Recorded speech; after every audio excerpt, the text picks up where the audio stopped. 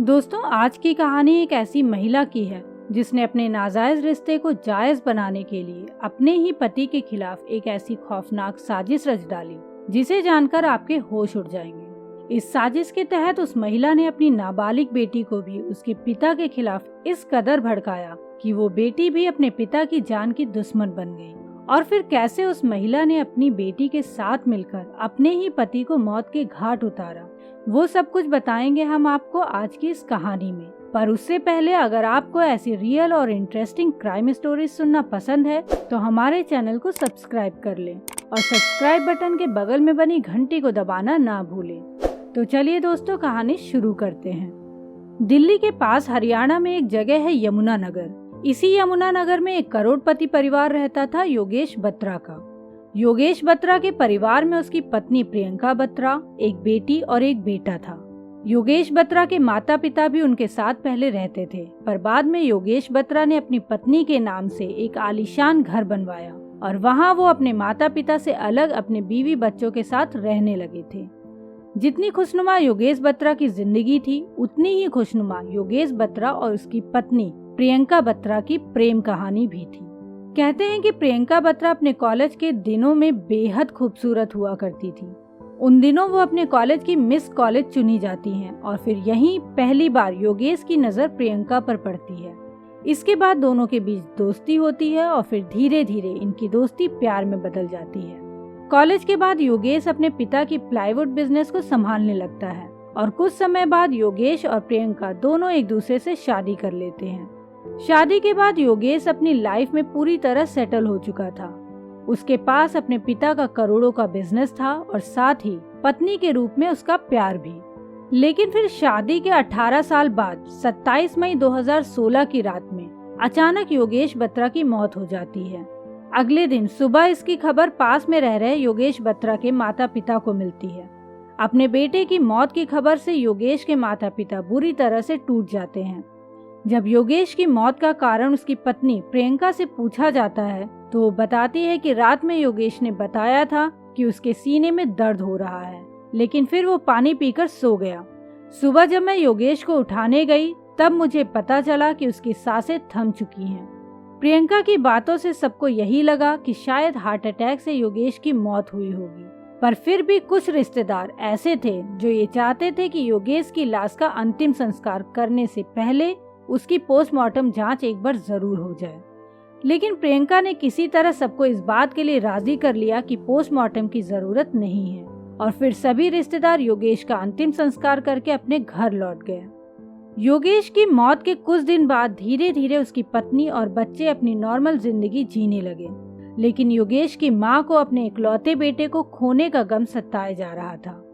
एक दिन उन्होंने अपने पति से बताया कि उनके सपने में उनका बेटा योगेश आया था और उसने बोला कि माँ, मेरे साथ कुछ बहुत बुरा हुआ है। सपनों की इन बातों पर योगेश के पिता को लगा कि एक माँ का दिल अपने बेटे के लिए तड़प रहा है और शायद इसीलिए उनकी पत्नी को ऐसे सपने आ रहे हैं। लिहाजा वो अपनी पत्नी की इन बातों पर ज्यादा ध्यान नहीं देते। लेकिन योगेश की मौत के कुछ महीनों बाद योगेश की पत्नी प्रियंका की चाल चलन पर योगेश के पिता को शक होने लगता है। असल में योगेश की मौत के कुछ दिनों बाद ही प्रियंका योगेश की सारी प्रॉपर्टी और उसके सारे बिजनेस को अपने नाम करने लगती है और ये बात योगेश के पिता को बहुत अजीब लग रही थी, लेकिन फिर भी वो इस पर चुप रहे। योगेश की मौत के बाद योगेश के माता पिता प्रियंका के साथ उसके ही घर में रह रहे थे। कुछ दिनों बाद प्रियंका योगेश के माता पिता को भी घर से बाहर निकाल देती है और उन्हें वापस उनके पुराने घर में भेज देती है। इस दौरान भी योगेश के पिता चुप रहे क्योंकि वो ये बात जानते थे कि प्रियंका शुरू से ही उन लोगों के साथ रहना पसंद नहीं करती थी। लेकिन उनके जाने के कुछ ही दिनों बाद प्रियंका अपने दोनों बच्चों को भी पढ़ने के लिए देहरादून भेज देती है। अब यहीं से प्रियंका के ऊपर योगेश के पिता को शक होने लगता है और उनके मन में ये ख्याल आने लगता है कि आखिर कोई औरत जिसका पति अभी अभी मरा हो, वो अपने ही बच्चों को पढ़ने के लिए इतना दूर क्यों भेज देगी। प्रियंका की इन्हीं सब हरकतों की वजह से योगेश के पिता का शक प्रियंका पर और ज्यादा गहराने लगता है कि कहीं उनके बेटे की मौत में उसकी पत्नी प्रियंका का तो कोई हाथ नहीं है। लिहाजा वो पुलिस स्टेशन में जाकर अपने बहू प्रियंका के खिलाफ एक FIR दर्ज करवाते हैं वो चाहते थे कि पुलिस इस केस की इन्वेस्टिगेशन करे और पता लगाए कि उनके बेटे की मौत में उनकी बहू का कोई रोल है या नहीं। पर पुलिस के लिए इस केस में सबसे बड़ी मुसीबत ये थी कि वो इन्वेस्टिगेशन शुरू करे तो कहां से करे, क्योंकि योगेश की लाश का तो अंतिम संस्कार हुए महीनों बीत चुका था और उसका पोस्टमार्टम भी नहीं हुआ था।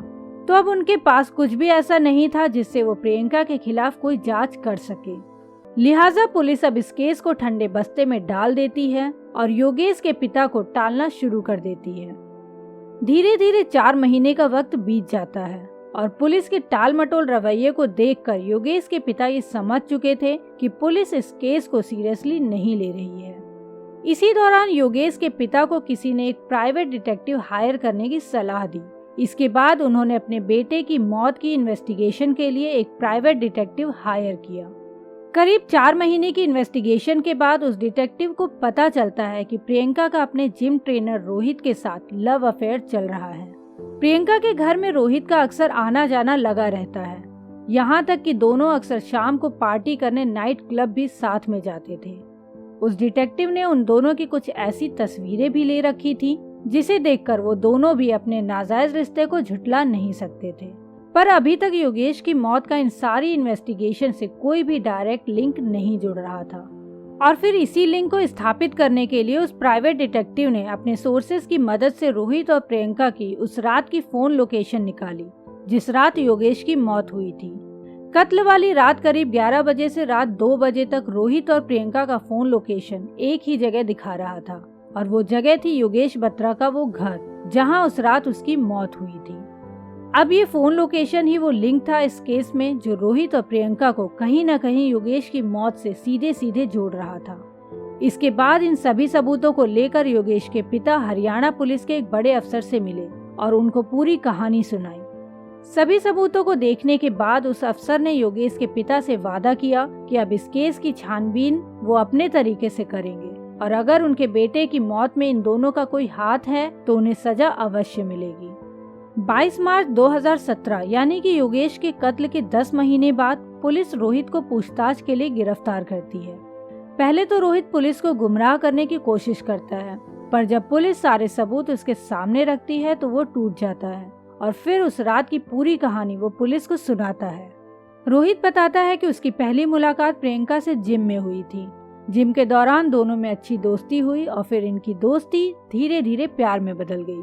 लेकिन कुछ ही दिनों में प्रियंका के इस नाजायज रिश्ते की खबर योगेश को हो गई और इसी वजह से प्रियंका और योगेश के बीच अक्सर लड़ाइयाँ शुरू हो गईं।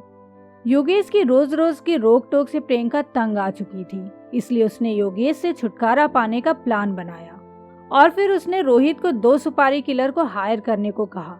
रोहित ने यूपी के रहने वाले सतीश और सोनू को योगेश के कत्ल की सुपारी दी। चूँकि सोनू एक निजी अस्पताल में काम करता था तो उसने ये प्लान बनाया कि वो एक नशीला इंजेक्शन योगेश को लगाएगा और फिर बेहोशी की हालत में उसे नहर में फेंक देगा जहां उसकी मौत हो जाए।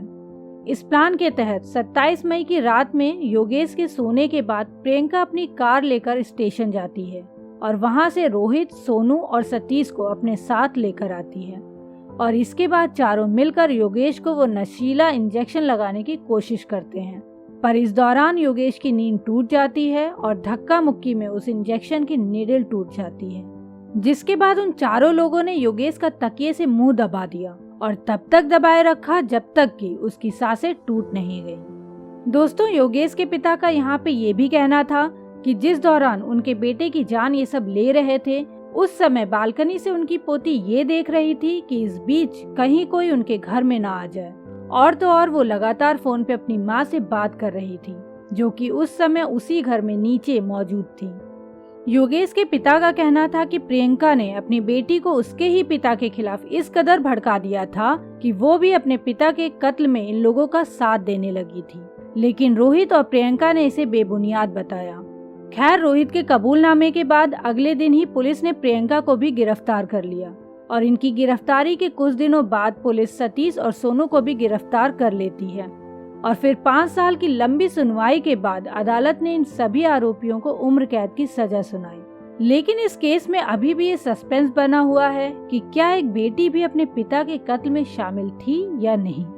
तो दोस्तों, ये थी आज की कहानी। ये कहानी आप सबको कैसी लगी हमें कमेंट में लिखकर जरूर बताएं और जाने से पहले वीडियो को लाइक और चैनल को सब्सक्राइब करना ना भूलें। तो मिलते हैं आपसे एक नए वीडियो में एक नई कहानी के साथ।